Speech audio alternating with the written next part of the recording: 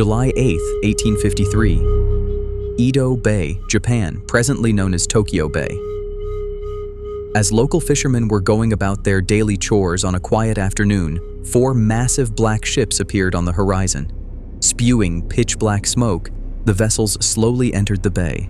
Next to the small wooden boats of the Japanese, these monstrous ships looked like an ominous force from another world.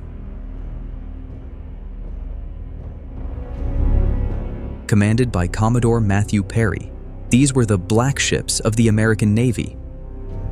They hadn't come for war, but their arrival was a warning far more terrifying than a battle. They brought a letter from the US president, demanding that Japan break its 220-year-old policy of isolation, or sakoku, and open its doors to the world. And at gunpoint, Japan was forced to accept that demand. This event was an ultimate humiliation and a profound national crisis for Japan. Yet, this very humiliation became the catalyst for an unbelievable transformation. The Japan that was an isolated land of sword-wielding samurai and feudal lords metamorphosed into an unstoppable military and industrial powerhouse within just 50 years. Not only did they save themselves from becoming a Western colony, but they built a formidable, invincible empire of their own, challenging China, Russia, and eventually the Western world. How did this incredible transformation happen? How did an isolated feudal nation become one of the world's leading imperialist powers? By what magic were samurai swords replaced by modern warships and cannons? And how did Japan emerge as Asia's first and only colonial power? We will try to find the answers to all these questions in today's episode.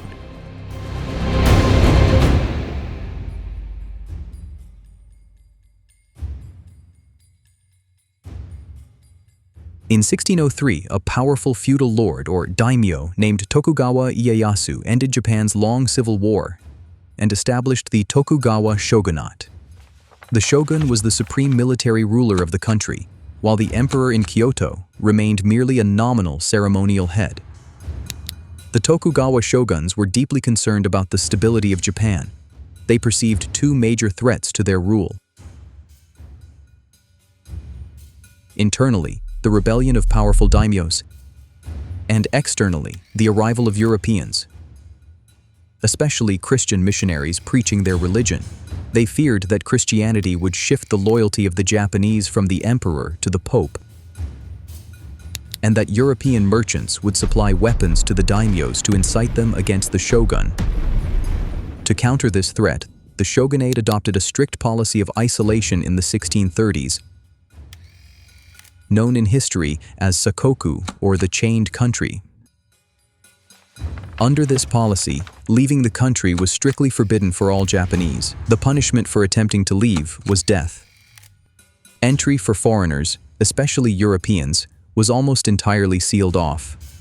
Only Dutch and Chinese merchants were allowed to trade on a very limited scale on an artificial island called Dejima in the port of Nagasaki. Meanwhile, Christianity was ruthlessly suppressed, and horrific atrocities were committed against Japanese Christians.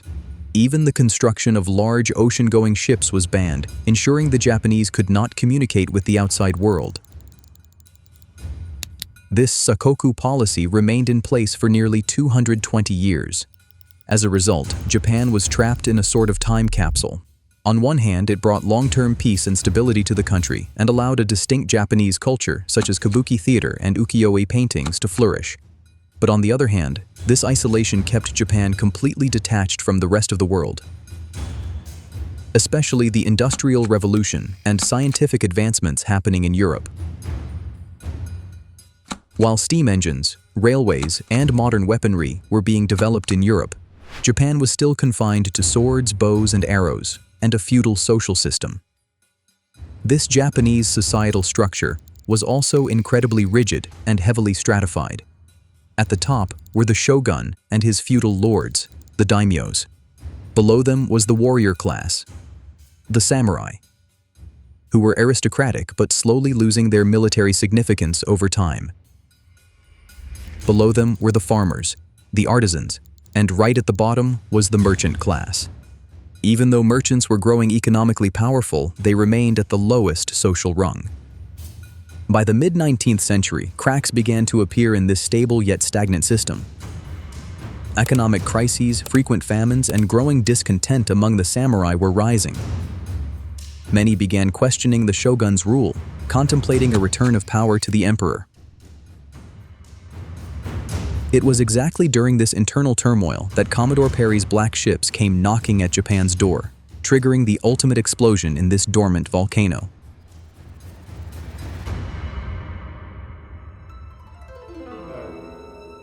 The arrival of Commodore Perry in 1853 struck Japan like a thunderbolt. The Americans' intentions were clear. They wanted to trade with Japan, use its ports for their whaling ships in the Pacific, and ensure the safety of shipwrecked American sailors.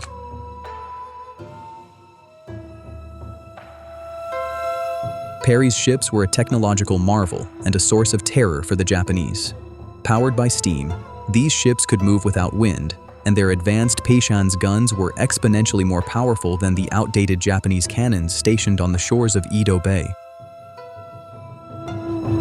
The shoguns realized that attempting armed resistance would be tantamount to suicide. Perry was temporarily sent away with a promise to return the following year. During this 1 year, intense debates raged within the shogunate.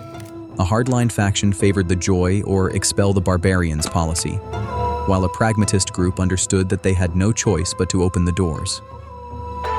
In 1854, Perry returned with an even larger and more powerful fleet. Under immense pressure, the Tokugawa shogunate was forced to sign the Convention of Kanagawa. Through this treaty, the ports of Shimoda and Hakodate were open to American ships, and the safety of American sailors was guaranteed. This treaty was just the beginning of a series.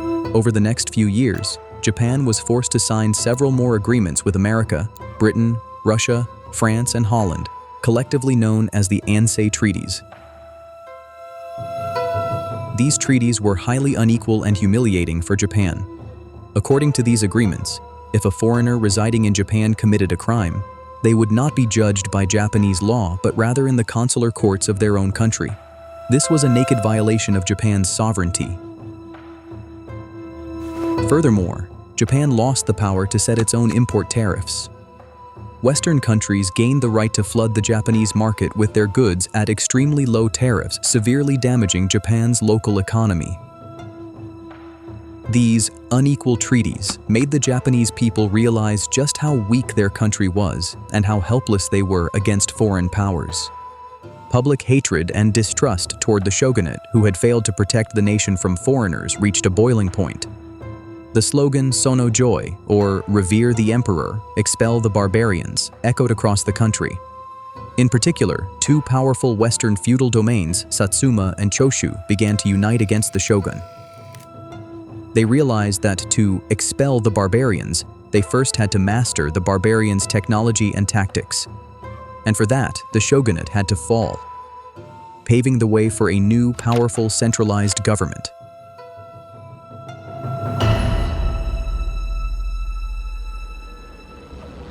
The arrival of the black ships and the signing of the unequal treaties drove the final nail into the coffin of the Tokugawa shogunate.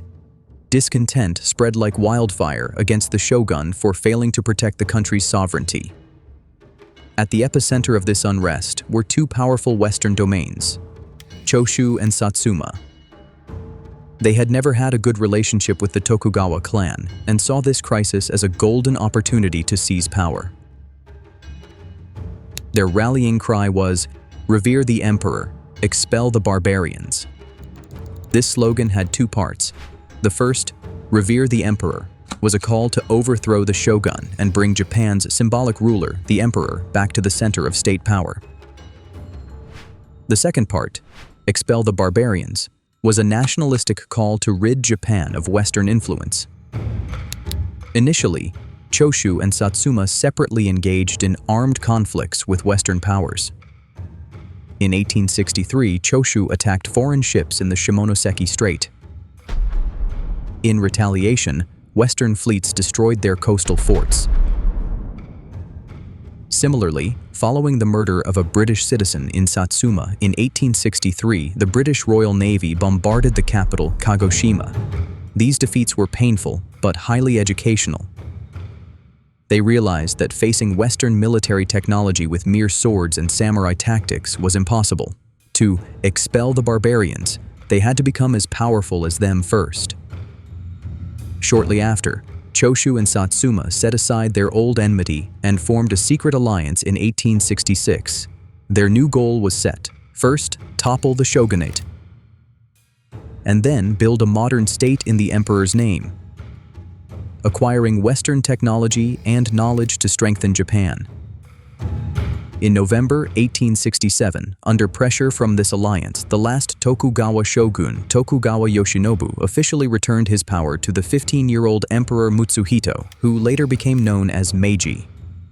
This event was peaceful, but the hardcore Tokugawa loyalists refused to accept it. This led to a civil war known as the Boshin War from 1868 to 1869. In this war, the anti-shogun forces, equipped with Western weapons and trained in modern tactics, easily defeated the samurai armies loyal to the shogun. On January 3, 1868, Emperor Meiji formally declared the restoration of his rule.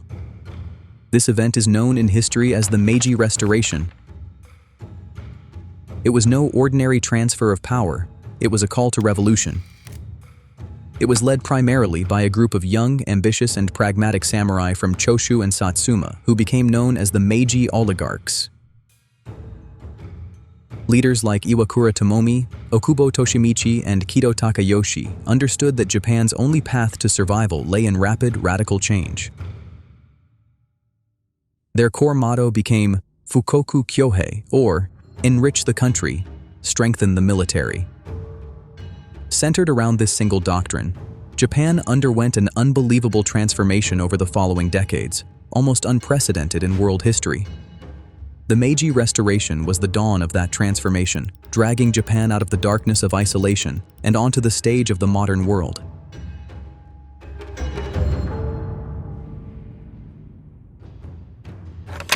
The Meiji Restoration was merely the formal beginning of Japan's modernization. The real task was transforming a feudal, agrarian society into an industrialized military powerhouse within just a few decades. The Meiji oligarchs accomplished this impossible feat with incredible speed and efficiency. Their reforms were sweeping and permeated every layer of society. The first and most revolutionary step was the abolition of the feudal structure. In 1871, the roughly 300 domains, or hain, ruled by the daimyos were abolished and replaced by a prefecture system controlled by the central government. In exchange for surrendering their power, the daimyos were given government bonds and noble titles. This established a truly centralized state system in Japan for the very first time. Next, a blow was struck against the rigid social hierarchy. The special privileges of the samurai class, such as the right to carry swords in public and receiving state stipends, were revoked. This was a massive shock to the samurai, eventually sparking several rebellions, such as the Satsuma Rebellion of 1877. But the new government crushed them with an iron fist. All Japanese citizens were declared equal before the law and were granted the freedom to choose their professions. Meanwhile, the Kyohei, or strengthen the military part of the Fukoku Kyohei policy, took center stage. In 1873, universal mandatory military conscription was introduced, requiring all men of a certain age to join the army. This was the final blow to the samurai's monopoly on the warrior identity. The government built a modern army based on the Prussian model and a powerful navy mirroring the British Royal Navy. Western instructors were brought in, Japanese officers were sent abroad for training, and modern factories were established domestically to produce weapons and warships. Simultaneously, a massive delegation of Japan's top officials led by Iwakura Tomomi embarked on a tour of America and Europe. They had two objectives. First, to renegotiate the unequal treaties, though this was unsuccessful. Second, to observe and learn from the best aspects of Western technology, industry, and governance. They toured factories, banks, schools, and parliaments, bringing back meticulous notes that served as the blueprint for Japan's modernization. Following this, the government itself established model factories, such as textile mills, cement factories, and glassworks. These factories were later sold off cheaply to private companies like Mitsui and Mitsubishi, giving rise to the zaibatsu, or massive industrial conglomerates. A nationwide network of railways, telegraph lines, and a modern postal system was built. Japan's first railway line, connecting Tokyo and Yokohama, opened in 1872. The Meiji leaders understood that modernization was impossible without an educated populace. In 1872, a nationwide mandatory primary education system, based on a French model, was introduced. Emphasis was placed on Western science, mathematics, and language learning. Thousands of Western books were translated into Japanese. At the same time, loyalty to the emperor and nationalist ideology, or kokutai, were deeply ingrained in the students' minds, ensuring that the Japanese identity remained intact even as Western knowledge was absorbed. To gain acceptance in the Western world, Japan also began drafting a modern constitution and government structure. Based on the German model, the Meiji Constitution was promulgated in 1889. It established a constitutional monarchy where supreme power rested with the emperor, although in reality, the power lay with the oligarchs. An elected parliament, or diet, was created, but voting rights were restricted to high tax-paying males only. Through all these reforms, Japan achieved a transformation in just 30 years that had taken Europe nearly a century. By the end of the 19th century, Japan was not just a modern industrialized nation. It was fully prepared to emerge as a new and ambitious imperialist power in the heart of Asia.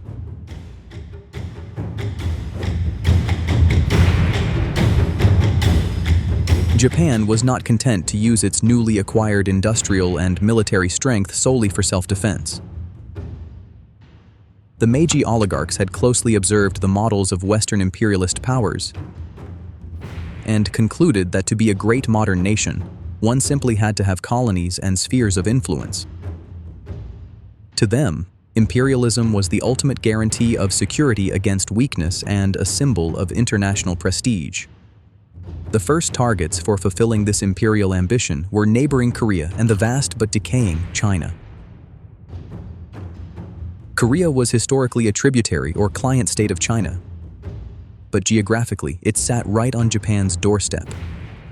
Japan absolutely did not want Korea to fall under the control of another powerful nation, especially Russia.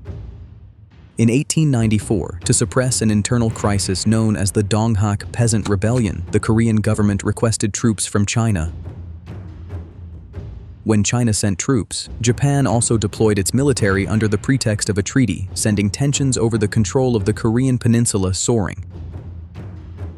Finally, in August 1894, Japan officially declared war on China. The Western world assumed that tiny Japan stood no chance against colossal China. But the outcome was exactly the opposite. Japan's modern German-trained army and British-modeled navy utterly routed China's corrupt and outdated forces on both land and sea. In naval battles like the Battle of the Yalu River and the Battle of Wei Highway, the Japanese Navy virtually annihilated the Chinese fleet. The Treaty of Shimonoseki, signed in April 1895, was a massive victory for Japan. Under this treaty, China recognized Korea's independence, effectively opening it to Japanese influence. China was also forced to cede Taiwan, the Penghu Islands, and the Liaodong Peninsula to Japan. Furthermore, China had to pay a massive war indemnity and open several more trade ports to Japan. This victory established Japan as a colonial power for the first time, proving to the Western world that a new power had risen in Asia. However, the joy of this triumph was short-lived. Through the Triple Intervention, three Western powers, Russia, France, and Germany, pressured Japan into returning the strategically crucial Liaodong Peninsula to China. This was because Russia had its own eyes on the region. This incident was a severe humiliation for Japan. They realized that to earn respect from the Western world, they needed even greater military might. The humiliation of the Triple Intervention and Russia's growing influence in Korea and Manchuria pushed Japan toward an inevitable clash with Russia. Russia had established a naval base at Port Arthur on the Liaodong Peninsula and was expanding its influence by building railways in Manchuria. In February 1904, without any formal declaration of war, Japan launched a surprise attack on the Russian fleet at Port Arthur. Thus began the Russo-Japanese War. Once again, the world assumed Japan could do nothing against the giant Russian bear. And once again, Japan shocked everyone. The Japanese besieged Port Arthur and captured it after suffering horrific casualties. In the land battle of Mukden in Manchuria, they defeated the Russian army. But the most crucial and historic event of the war happened at sea. Russia's Baltic fleet had traveled halfway around the world for nearly 7 months toward Japan. In May 1905, in the Tsushima Strait, the Japanese Navy, led by Admiral Togo Heihachiro, almost entirely obliterated the Russian fleet in a 36-hour battle. The victory at Tsushima was a watershed moment in modern history, a crushing defeat of a European power at the hands of an Asian power. Finally, mediated by U.S. President Theodore Roosevelt, the Treaty of Portsmouth was signed. Under this treaty, Russia was forced to recognize Japan's exclusive influence in Korea. The Liaodong Peninsula and the South Manchurian Railway came under Japanese control, and Japan also acquired the southern half of Sakhalin Island. This victory cemented Japan not just as the premier power in Asia, but as one of the world's leading global powers. In 1910, Japan formally annexed Korea into its empire. Later, by joining the victorious Allied powers in World War I, the country seized Germany's colonies in the Pacific and its privileges in China. In just 50 years since the Meiji Restoration, Japan had fully achieved its goal, Fukoku Kyohei. They had not only saved themselves from becoming a Western colony, but had transformed into a powerful, aggressive empire whose hunger was only just beginning to grow.